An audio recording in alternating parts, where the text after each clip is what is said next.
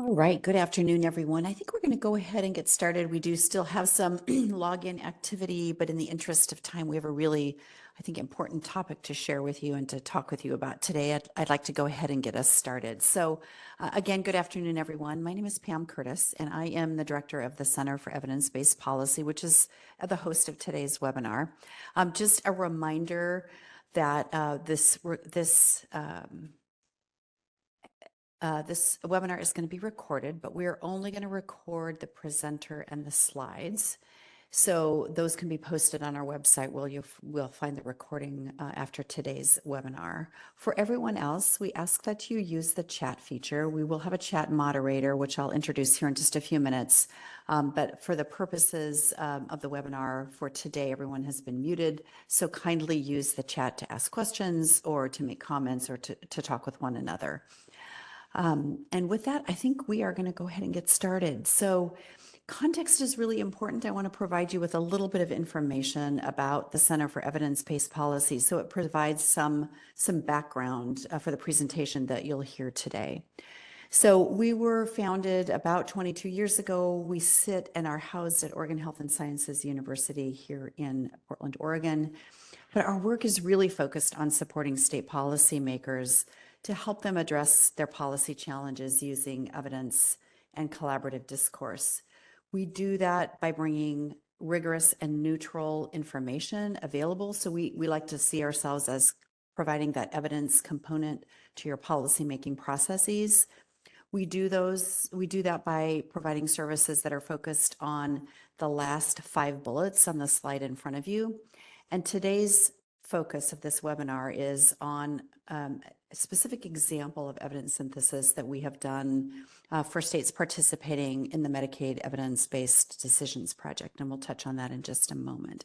Other examples of the work that we do with states are listed here in these bullets and include data analytics, policy analysis, trainings, and technical assistance. So let's go on to the next slide. Just an example of the states, or a map of the states that we've served since our inception in 2003. You can kind of search the map and see if the state that you represent is on this list. The states that we have served in some capacity are the states that are represented by the blue color. Let's go to the next slide. As I mentioned, we were established at Oregon Health and Science University in 2003. I also mentioned that our work is really focused on states. About 90% of that is in Medicaid, and I know many of you on the call today represent Medicaid agencies in your various states. We typically do not publish the work that we do because it is proprietary for the states that we serve, but we're super excited to be able to provide this webinar for you that provides a summary of some of the work that we've done with states, and a thank you to all of the states that we serve that have made this summary available to your colleagues in other states that may not normally be able to access it. I want to point out that we're not funded by industry or associations. We don't do investigator-initiated research. We don't lobby. We're nonpartisan. Essentially, all of the work that we do is generated by a question or challenge that states and state Medicaid agencies are facing. So if we go to the next slide, you'll see some information about who we are. On the slide on the left-hand side, you can see examples of the kinds of folks that we have on staff. Just to give you a sense, we're about 60 people representing these kinds of roles and collectively represent over 75 years of experience in state health policy and Medicaid. In the last calendar year, we produced 50 evidence reports and tools for states, spanning about 40 different topics. And for today's presentation, we'll be focusing on the role of clinicians in Medicaid, which is a summary of a larger piece of work that we did for a group of states. And again, we'll talk about that in just a moment. Our presenter for today is Dr. Marcus Bachhuber, who is a physician researcher here at the center. Our moderator for today's webinar will be Amy Clary, who's a senior policy analyst and currently serving as our med director. And then a special shout out to Kelsey Platt, who's the project coordinator putting all of the pieces together to make this information and webinar available to you today. So with that, I'll turn it over to Marcus for our featured presentation. Thanks, Pam. By way of introduction, my name is Marcus Bachhuber, and I'm an internal medicine and addiction medicine physician. Prior to joining the center, I was a state Medicaid program medical director. So I'm presenting to you today from our research and also from a place of firsthand experience. As Pam mentioned, I'm joined by Amy Clary, who'll be moderating the chat. So because it's a webinar, you won't be able to unmute yourself. If you have any questions, feel free to drop those in the chat at any time, and we'll make sure to cover those at the end. And Amy is the interim director of one of our collaboratives, as Pam mentioned, the Medicaid Evidence-Based Decisions Project, which I'll tell you a little bit about later. So lastly, I just want to say thank you for tuning in. Thank you for spending some time with us this afternoon. I know there's a lot going on in Medicaid, so we don't take that time for granted, and hoping we can leave you with something valuable, or at least a source for any further information. So as far as conflicts of interest, I and the authors of the report don't have any to disclose. Here's the overview of our presentation, and so let's jump right into the background. This topic was nominated by the Medicaid Evidence-Based Decisions Project participants. MED is a collaborative of 22 state Medicaid programs, and the way it works is that states contract with the center, and we facilitate the collaborative, but it's really state-driven governance and state-driven research agenda. So when states pose a question or have a challenge, we work with them to develop it into a research project and carry out that project based on their feedback and tailored to their needs. The reason states were interested in this topic specifically is because of the diverse responsibilities that state Medicaid agencies have to administer the programs, including defining covered benefits, creating payment structures and provider rates, managing utilization, overseeing providers and delivery systems, quality improvement, and maintaining program integrity. And all of this is in the background of large changes in the system in recent years. We have high Medicaid enrollment, rising costs and emerging technologies, expansion of covered services, and payment and delivery system reform. The key questions that states had were, first, how do state Medicaid programs structure and organize their clinical staff? The second was, what clinical duties do these staff do? And the third was, what non-clinical duties do these staff do? So some fairly straightforward questions that we can dig into. For our methods, this is a typical methods for a more policy-oriented report. We searched policy sources, including CMS and MACPAC, as well as policy briefs from organizations like KFF and the Center for Healthcare Strategies. We did a literature search on Ovid Medline from 2013 onward. And most of the information and data for this report comes from really in-depth interviews that we did with officials from 6 state Medicaid programs. And we selected these programs to be a mixture of managed care and fee-for-service, and also to represent diversity in geography and size of enrollment from less than 100,000 to 2 million members. And we've anonymized responses in this presentation to preserve confidentiality, but any states that are members of MED have access to the full report. In addition, we also interviewed officials from CMS, from CMCS, which is the federal agency over Medicaid. So we'll jump to the findings. I'm going to be presenting to you findings in 4 parts. The first part is on clinical structures and resources, clinical staff structures and resources. The second is on clinical staff duties. The third is on strategies to enhance and extend clinical expertise. And the final one is about recruiting and retaining clinical staff. And each of these will kind of build on each other, as you'll see. So starting with organization, we found 3 different models of organization of clinical staff in our interviews. 3 states that we interviewed had what we called a clinical specific office. So this was typically an office led by the chief medical officer, which contained a majority of the clinical staff, including the pharmacy and dental programs. 2 states that we interviewed had what we called a dispersed model. So this was that the medical director sits separately and the clinical staff are spread over multiple teams, and pharmacy sits separate from medical. And then 1 state had what we called a multifunction office with a clinical concentration. So this is a little bit of a hybrid of the 2 with some differences. The clinical team sits within operations, typically focusing on things like cost control. And the office contains most clinical staff and leaders, but is not overseen by the chief medical officer. And pharmacy and dental are in separate offices. Here are the specific numbers of medical directors, typically physicians, pharmacists, and dentists in the states we interviewed. You can see a wide range. For medical directors, this ranged from 1 to 14. Pharmacists were 3 to 8. Dentists were 0 to 2. And the number of staff often, generally correlated with the size of the program, as you would expect, but not completely. That doesn't completely explain the differences in the staffing levels that we found. Over and above those three categories, the single largest category of clinicians in the majority of states we interviewed were nurses. This ranged from 1 to 35 clinicians within the 6 states. Nurses filled a wide variety of roles, including leadership, program management, for example, maternal health, clinical analytics, quality improvement, utilization management, and others. The other category of clinicians that we heard about were behavioral health clinicians. So there were different types of behavioral health clinicians on staff, both in clinical specific offices and separate behavioral health offices. These included psychiatrists and addiction medicine physicians, psychologists, licensed social workers, professional counselors and therapists, and applied behavioral analysis providers. Behavioral health clinicians were sometimes in leadership positions such as behavioral health office director, behavioral health medical directors, policy and benefit division directors. When asking about hiring clinical staff, we identified 3 pathways that they could be hired under.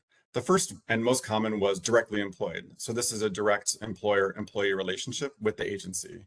We found that this was the most common staffing arrangement, and the person fits within the state organizational chart. And because of that, they typically have managerial responsibilities within the agency. The other 2 pathways are both contracted personnel. The first is external consultants. These are typically more limited engagements, but can be flexible. These are individuals or vendors, often part-time or hourly staff. And we'll get to some examples of this in the next few slides. And the final pathway we found was state university partnerships. So the way this worked is that the state university employ the staff member by contract with the state agency. So the clinical staff member was an employee of the state agency, but often was typically very embedded within, the clinical staff member was an employee of the state university, but was typically very embedded in the state agency, almost akin to an employee shoulder to shoulder with directly employed staff. The benefits of this arrangement were that it was often more flexible compensation, potentially faster hiring timeline, and offered the benefits of being in an academic institution. For example, library access, IRB access, and a network of peer physicians in the university-led physician group. For external consultants, some examples were for agency roles and advisory consulting. So for agency roles, these were typically key agency roles. Some of the states contracted for part-time pediatrics, physician consultants, dental directors, or full-time pharmacists. And a lot of states use these types of arrangements for more ad hoc consulting, so either with clinical consulting vendors. One example was clinician evaluations for orthodontics, and then often kind of a grab bag of hourly individual advisory consultation, typically in subspecialties where some specialized advice was needed. For state university partnerships, these could take a variety of forms. In the states we interviewed, 2 states supported their drug utilization review programs in part through pharmacists at the State School of Pharmacy.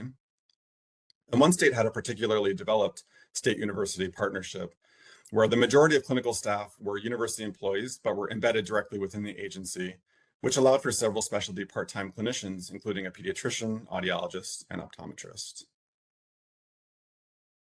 Now we'll move on to clinical staff duties. In doing our interviews, we roughly divided the duties of clinical staff into these 8 categories. And there is some overlap between them, and so they're not completely clean, but I think it's helpful to consider them in these 8 separate categories for now. So we'll start with utilization review at the top there. Utilization review was typically a core function of clinical staff. In fee-for-service programs, this role was very direct, with the provider doing service authorizations themselves. And in managed care, it was more of an oversight role of the managed care organizations. Often final authorization decisions can fall to medical, pharmacy, and dental directors, and so states may need specialty expertise for certain specialized services. And often the clinical staff we spoke with reported that they helped with additional member issues such as complex placement issues and case-by-case exceptions. Moving on to benefits administration, this was a very significant area of involvement, especially for medical and pharmacy staff. It can include evidence review, external specialist consultation, regulatory review, criteria development, and fiscal impact analysis. This typically involves significant collaboration with other agency areas such as policy, finance, and operations. Some examples of benefits administration are in the medical, dental, and behavioral health space, researching or implementing coverage of new services, mapping diagnosis codes to clinical disorders, and diagnosis and procedure code updates. For pharmacy, pharmacists typically spend a very large amount of time managing the preferred drug list and developing and maintaining prior authorization criteria. One state gave us an example of a request to cover a new sleep device, and the clinicians in that state led the evidence review, the utilization analysis, and the state budget impact analysis. So you can see there that the clinicians were involved in all aspects of that request for coverage. Moving on to provider engagement. So medical directors in particular can serve as the face of the program with medical provider groups. Same for dental directors and pharmacy directors. Participation in specialty society meetings, provider work groups, and statewide quality improvement initiatives was often a part of the job. The clinicians can lead formal programs that engage and support providers, for example, infant and early childhood mental health programs, and can have a lot of ad hoc engagement with providers around concerns or issues with managed care organizations or fee-for-service Medicaid. These are really valuable because they can help identify policy or systems issues that need to be addressed. In addition, providers can really help gather input from community providers on agency initiatives such as managed care procurement. For program integrity, these activities were mainly in these three you see here. There were audits and chart reviews for fraud, waste, or abuse, assisting Attorney General's office in investigations, and monitoring program integrity provisions of vendor contracts. Vendor contracting and oversight was typically a fairly large slice of what the clinicians we spoke with did. As you know, Medicaid agencies employ a contract with a wide variety of vendors to fulfill key functions. These vendors can include MCOs, independent review organizations, utilization review vendors, and others. So during the procurement process, RFPs and contracting can really benefit from a clinical eye and experience as a provider, which was something that we heard over and over again. Vendors themselves often have clinical review teams, and states may need to employ similar expertise to resolve disputes. For example, a discussion between medical director at the vendor and a medical director at the agency. State clinical leadership may also be called in to weigh in and interact with vendor clinical leaders and ultimately overrule decisions. And quality review teams for vendors can also include nurses and behavioral health clinicians. Those were common folks that we heard on review teams. Here's 4 examples of vendor contracting and oversight. First is overseeing utilization review contracts. We heard in a number of states that there was typically a nurse who was involved heavily in that. Around selecting quality measures for MCO or value-based arrangements. This was a kind of a combination of clinical knowledge about things that were most amenable to change, most needed for change in this state, and also engagement with community providers to see what quality measures would have buy-in. Evaluating operational reality of contract requirements. So often a contract requirement for the MCO can then be passed on to a community provider. So clinicians that we spoke with felt that a really key role that they had was evaluating whether it's reasonable for that provision, for a given provision to be passed on to a community provider, or even feasible for the community provider to implement it. Also, the clinicians that we spoke with had a lot of ongoing engagement with MCO medical directors in general, just to identify issues, policies that need to be addressed. Moving on to clinical transformation initiatives, this was consistently noted as one of the most engaging parts of the work. It included projects such as research studies and delivery and payment system reform projects. These typically were cross-cutting initiatives involving multiple parts of the agency. Several states had a clinical lead alongside a finance or operations lead, and that's kind of a thread you'll see throughout the rest of the presentation. And these clinical transformation initiatives often could involve consulting on federal initiatives and grants, for example, the CMS Innovation Center. Here's some examples we got from states, and this is probably the tip of the iceberg of what the states that we spoke with were working on. But I think this summarizes and shows kind of the broad spectrum of topics that the states work on with their clinical staff. You have research studies, for example, a hospital-to-home randomized controlled trial, managed care performance improvement projects, and implementation and refinement of value-based payment models, as well as primary care delivery transformation. In the benefits and eligibility space, you have work around telehealth coverage expansion, dental benefits expansion, opioid treatment benefit expansion, and postpartum eligibility extension. And then last but not least, you have health equity initiatives, interventions, and screening around social determinants of health and community health worker benefit development and implementation. Here's one example from a state around an opioid treatment network project. It happened in 3 stages. The first was idea generation. So there was a multidisciplinary team with 1 or 2 primary leads to kind of conceive of the project. Then there was an implementation phase that had a medical director and a behavioral health operations lead with the goal of enhancing the treatment network and adjusting the pharmacy benefit. And then the project was transitioned after implementation to an ongoing operations and maintenance phase with the pharmacy team. The next category of activities is interagency consultation.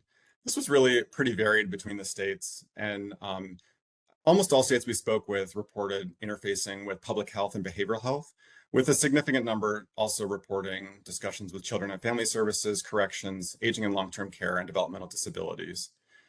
These could be formal relationships, such as a percentage of time or serving on advisory committees. It could also be informal support and consultation, just calling someone up and asking them, hey, I have a question about something. We heard that this increased pretty dramatically during COVID-19, and levels of engagement have remained high since that time as well.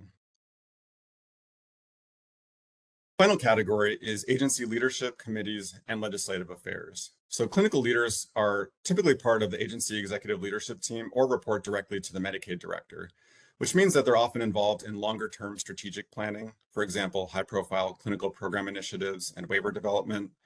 Also involved with state government committees such as the Medical Care Advisory Committee, Drug Utilization Review Board, and then Pharmacy and Therapeutics Committee. There were also a number of consistent roles in legislative issues that were reported, such as bill analysis, fiscal impact analysis, and interactions with individual legislators.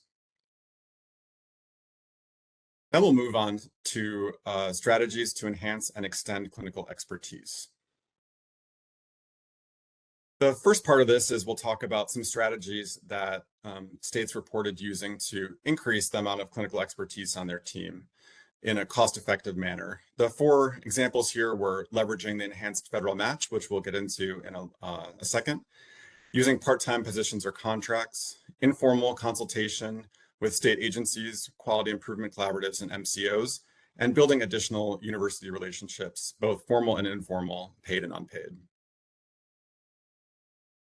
So we'll take a spotlight on the enhanced federal match here. So relatively high salaries of clinical staff can be a barrier to hiring. And since 1978, though, CMS has offered an enhanced Medicaid administrative match, a match of 75% for compensation and training of what they term skilled professional medical personnel, or SPMP is the term you'll see in the literature, and staff directly supporting those personnel. CMS's definition of SPMP is physicians, dentists, nurses, and other specialized personnel who have professional education and training in the field of medical care or appropriate medical practice, and who are in an employer-employee relationship with the Medicaid agency. There's a couple of exclusions and limitations in the next sentence. So this enhanced SPMP match offers states the opportunity to claim significantly higher federal funding to help improve the affordability of clinicians. But it comes with the trade-off of the time and effort to keep documentation that supports the enhanced claiming, which is something we heard from a couple of states. The use of enhanced match for behavioral health clinicians was also a little bit of a gray area in the past, but there was 2024 CMS guidance that provided some specifics on that and some further information. And now, once you have the clinical expertise on your team, some ideas or some strategies to enhance the impact of those positions fall into these 6 categories that we heard from the states, and we'll dive into each one of them. The first is consideration of clinical versus administrative activities. There was a lot of discussion about this among the people that we interviewed. For the purposes of this, we refer to administrative activities as things like agency managerial roles or HR, simple individual tasks like scheduling, Excel, data visualization, drafting PowerPoint slides, and project administration roles like project management or vendor operations.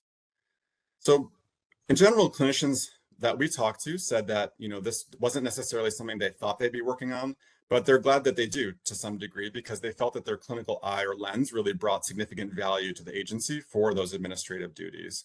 And they also felt that them working on those administrative tasks helped drive the agency's broader clinical agenda. And one thing we heard kind of throughout our interviews also was that clinicians that we interviewed felt that their clinical skill set really jived with the successfully completing those administrative tasks. So they had skills in triaging urgency, managing multiple sources of data, and making decisions in the face of uncertainty.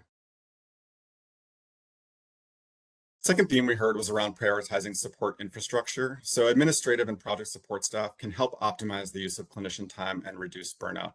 As I mentioned, many clinicians engaged in administrative activities, and they felt that those were valuable, but there was a subset of them that they felt they could benefit from some additional support.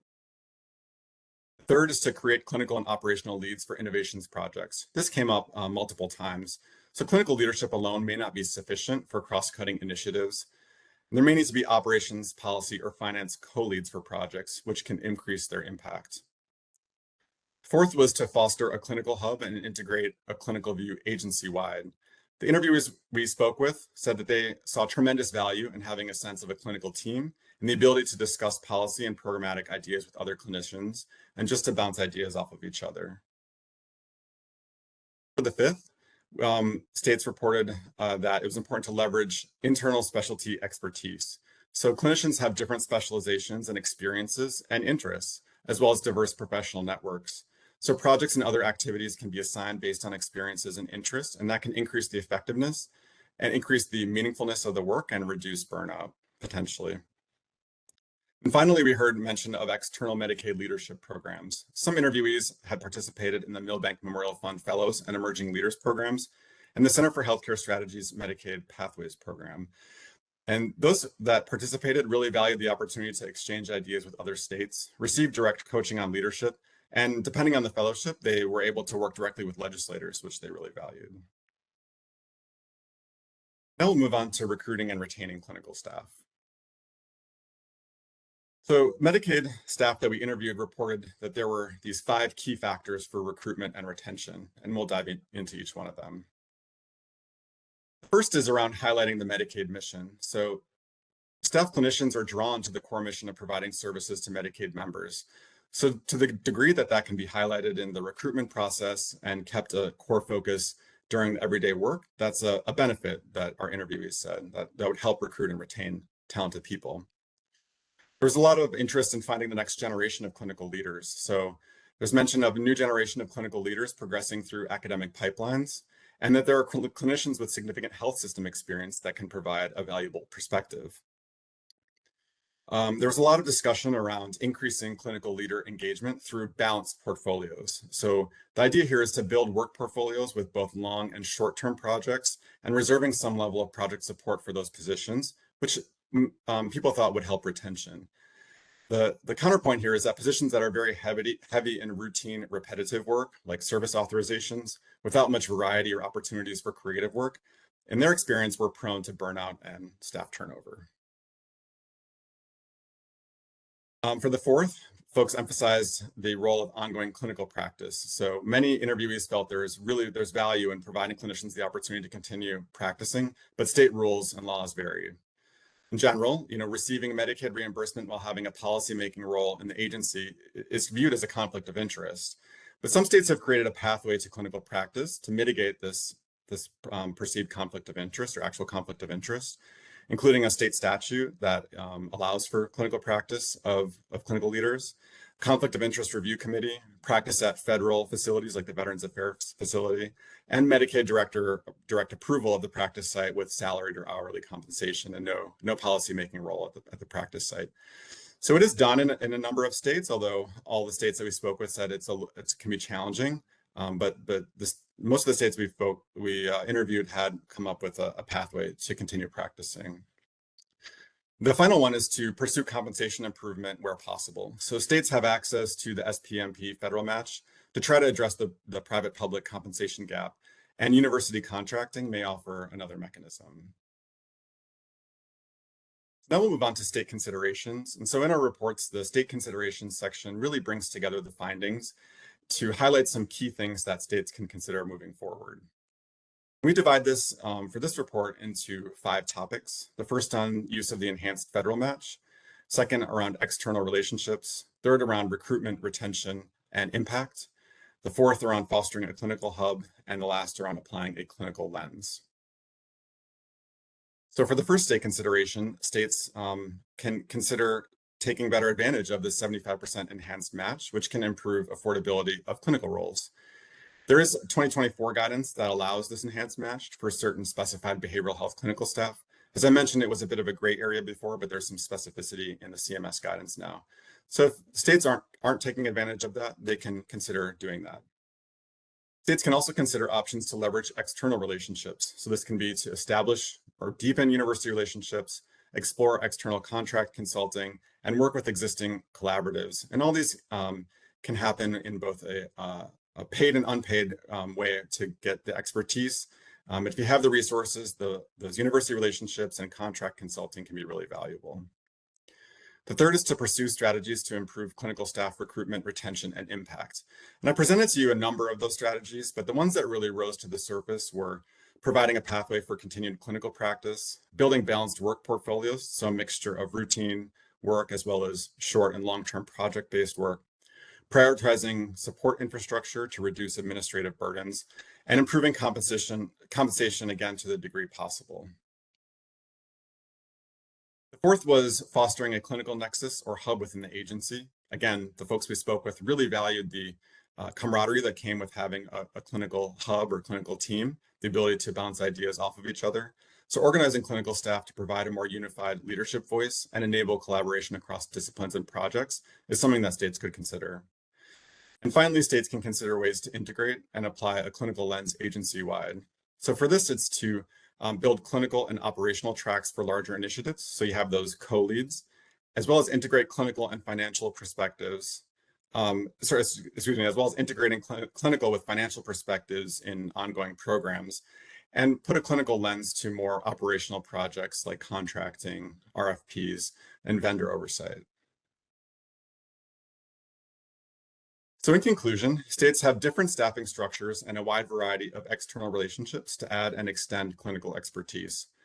Clinical training and experience added value across the agency that was uniformly reported in all of our interviews, ranging from payment reform to benefit development to vendor contracting and more.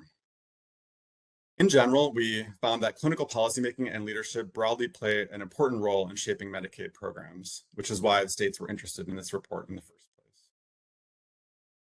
Now I'm going to take a few moments to talk about some ongoing work at the Center for Evidence-Based Policy. So as I mentioned, we have the Medicaid Evidence-Based Decisions Project, or MED, which is our collaborative of 22 states focused on medical, dental, and behavioral health issues.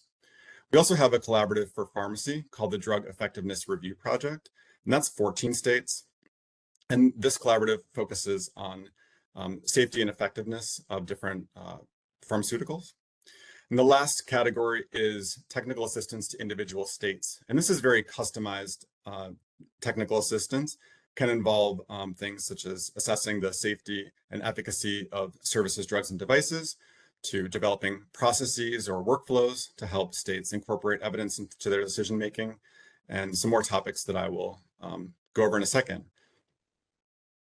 So the purpose, one of the big purposes of our collaborative, especially the Medicaid Evidence-Based Decisions Project, is to add clinical expertise and clinical evidence to provide those resources to states. And so to that end, MED focuses on some pretty heavy-hitting clinical topics such as genetic testing, durable medical equipment, behavioral health, developmental disabilities, and e-health, as well as some more operational programmatic issues such as managed care oversight. Drug Effectiveness Review Project for pharmacy, as I mentioned, is very clinically oriented and focused on assessing the safety and efficacy of drugs. Again, we tend to focus on the heavy hitters because that's what states request of us, including gene therapies, biologics and biosimilars, behavioral health drugs, weight management drugs, and pipeline therapies. And finally, for state technical assistance, so this is individualized, customized state technical assistance. We offer it on a variety of topics. So health technology assessment, again, that's assessing the safety and efficacy of drugs, devices, and services. We have clinical consultation with our physicians, nurses, genetics professionals, insurance coverage policy analysis, clinical guideline review and analysis, state and federal health policy review, process development. Again, that can be working with states to create workflows to incorporate evidence into their decision making, as well as data aggregation and analysis. So with that, I just want to say thank you all for your time. And if you would take a second to do the survey on the QR code you see there while you're waiting, and I'd be happy to take any questions you have. So I will turn it over to Amy. Thank you so much, Marcus. Thanks, everyone. Hi, I'm Amy Clary. I'm the interim director of the Medicaid Evidence-Based Decisions Project here at the center, and invite all of you to please drop any questions for Marcus in the chat. So please go ahead, questions or comments, welcome. So while you're thinking about that and dropping your questions in the chat for Marcus, I have a few questions of my own teed up. So Marcus, you've experienced firsthand what it's like to be a clinician in a leadership role in a state Medicaid agency. So I'm wondering, what would you say is typically the biggest surprise for clinicians when they come to work for a state Medicaid program? Thanks, Amy. I think that's a great question. And I mean, I can speak for myself. And the biggest thing that surprised me was just how little I knew about Medicaid. I think among my physician peers, I was always the one that was more interested in Medicaid, hence my career path. I thought that I knew quite a bit about it, how it worked. And even starting from my first day working for the agency, I realized actually how little I knew, how it's a mountain of information, a mountain of processes, procedures, regulations, and a language that I didn't even speak. I remember the first meeting that I went to was about personal care services for kids. People kept saying EPSD PCS, EPSD PCS. I'm like, what are they talking about? I think my second meeting was about a different behavioral health service that had a long acronym. So there was definitely a huge learning curve. And I think that was my personal experience. And I think that is the experience of a lot of my colleagues that have worked for Medicaid agencies. We really appreciate the opportunity to do it. It's a huge learning curve for us because it's so different. Oh, thanks so much for that insight. Yes, learning all the new acronyms, all the new language. Yeah, completely a different challenge, I imagine, from working in the clinical realm. Oh, that's great. So I'll invite our participants to also please drop any questions or comments you might have in the chat for Marcus. Thanks, Kelsey, for putting the feedback survey in there. And I can't resist asking another one since we have a moment. So Marcus, so thinking about Medicaid and continuous improvement and continuous learning, you had mentioned that clinical transformation initiatives were consistently noted as one of the most engaging parts of work for clinicians in Medicaid. Wondering if you could say a little bit more about how states really benefit from having clinical staff involved in that kind of transformation work. Yeah, absolutely. Thank you, Amy, for that question. So, at the end of the day, Medicaid is a health insurance program that contracts with MCOs who contract with providers or contracts directly with providers or enrolls providers directly with the goal of impacting health of the patients. So I think that having that actual clinical experience on the ground of working with patients and working with MCOs on the provider side can be really beneficial. Again, everyone wants to move things forward to improve the quality and value of the healthcare that people receive. People have very different ideas of how to do that. And I think that having someone who has provider side experience working in the agency can be really valuable to help guide and shape that response and those initiatives to make sure that that's more likely to work for providers and for patients. So I think that's really the role that clinician staff can play in that context. Oh yeah, thanks so much for that perspective, right? Just bringing that perspective of patient experience and that kind of clinical eye to that work sounds really important. Ooh, here's a great question for you in the chat. So, Marcus, what tips or recommendations do you have for a clinician who's interested in pursuing a role in state Medicaid agencies? That's a great question, and I'd be happy to talk with you about it if you want to email me.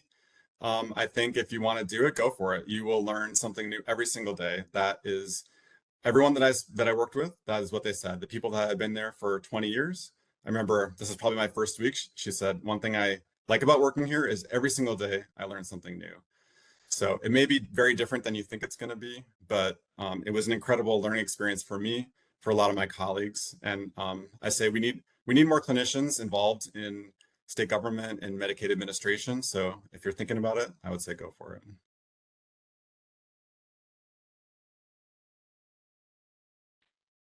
Fantastic. So, yes, and Marcus's email is right there on the slide. Thanks for that question.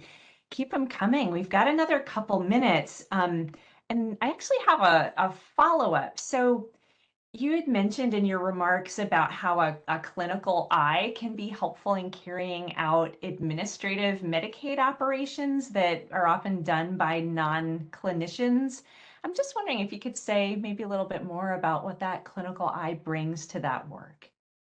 Yeah, absolutely. Thank you, Amy. So I would kind of divide it into two categories. So I think the first is around the clinical thought process and approach to solving problems. And the second is the clinical experience and provider side experience and having an impact on what the agency does. So if I forget one of those, Amy, just remind me to cover it. But starting with the kind of clinical thought process, this was something that we heard a lot in the interviews, that Medicaid involves a very large quantity of information, a very large quantity of decisions, a lot of uncertainty, some high pressure situations.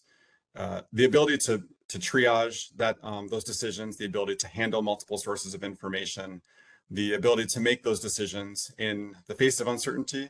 That was something we heard from a lot of clinicians that was really a benefit of their clinical training. So it wasn't necessarily a direct input that was based on their experience, but it was kind of how their brain worked, and that being beneficial to the operations of the agency. Then I think there's again, the provider side experience. So having been a community provider or worked in a hospital, taking care of patients with Medicaid, that offers really kind of an invaluable insight into the experience of it on that side. I think a lot of folks who work in the agencies have had long careers in the agencies, have deep expertise in the agencies, but don't necessarily or haven't necessarily experienced what it's like in the community provider's office, working, with a provider. So I think that can really be beneficial. And just to dovetail on that, that was why a lot of the people that we spoke with mentioned that allowing a pathway to continued clinical practice can be really beneficial and really attractive as far as recruiting and retaining people. Especially if you want to get folks who are highly engaged, they probably want to continue a degree of clinical practice. Those folks who are really believe in the mission of Medicaid may want to continue serving those patients directly. And so allowing there to be a pathway to continue clinical practice can be really beneficial, although the rules do vary. The rules and policies do vary in every state. Wonderful. Thank you.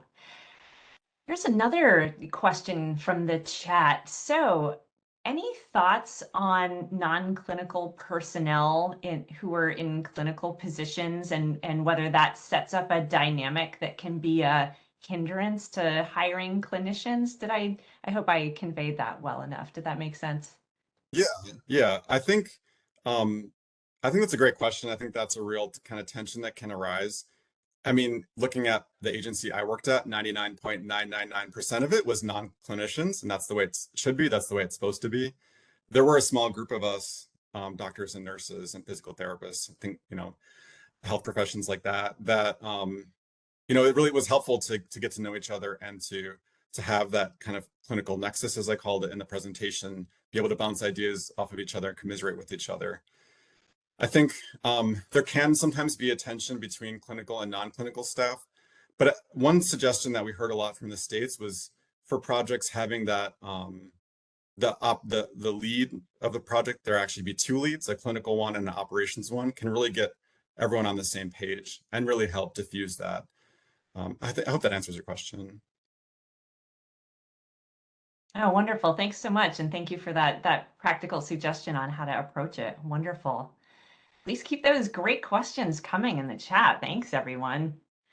And while you're doing that, here's another one for you, Marcus, kind of a two-parter. So wondering if you have thoughts on the biggest downside of being a clinician working for Medicaid, and on the flip side, what one thing you think has the potential to make the biggest improvement in a clinical leader's day-to-day in Medicaid?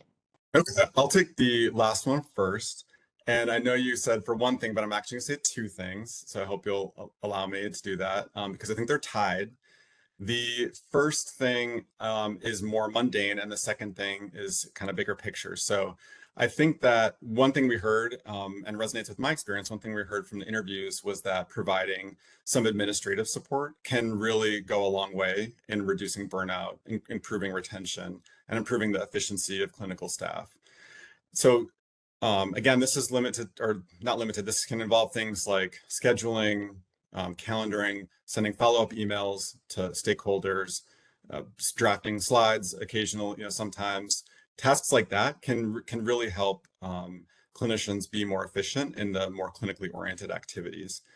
Then the second thing is that concept of the portfolio. And this is a theme that we heard over and over again in our interviews, that the jobs that are mostly routine and repetitive work are really prone to burnout and turnover.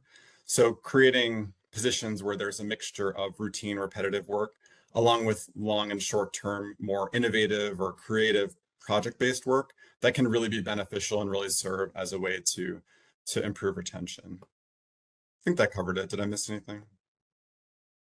I think that covered it. Wonderful. All right, here's another question. Do you have any thoughts on how you think federal changes might impact Medicaid work over the next months to years, and what the implications might be for clinicians in Medicaid?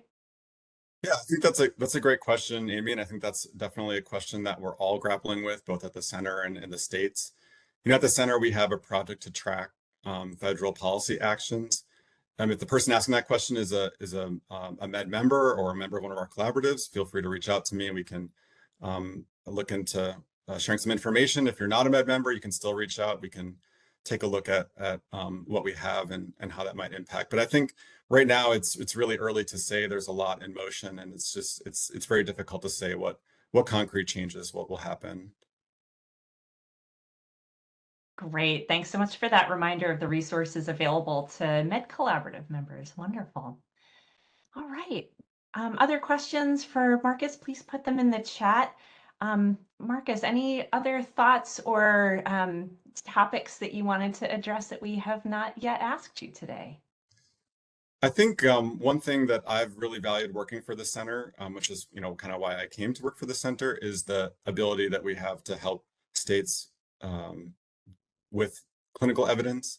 So again, in those heavy hitting topics like genetic testing, durable medical equipment, behavioral health, we offer states some resources that they can use to design and tailor their programs.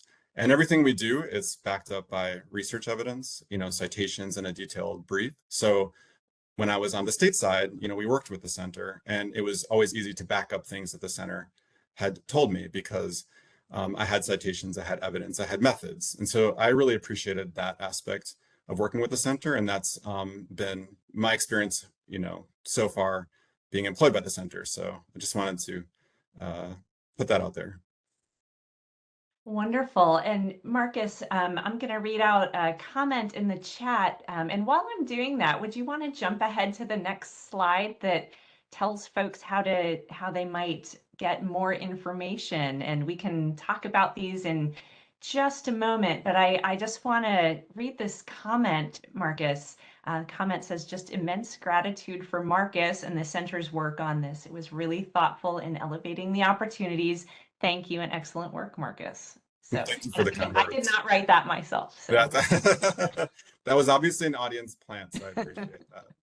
Absolutely appreciate that. All right.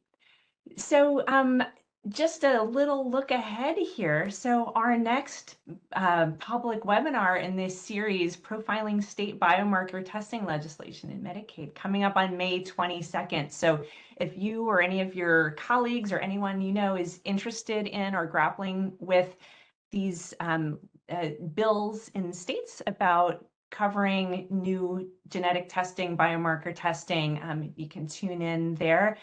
There is, and these links are also in the chat for you. The mailing list for this webinar series, you can join that list here by scanning this QR code, but also the link is in the chat.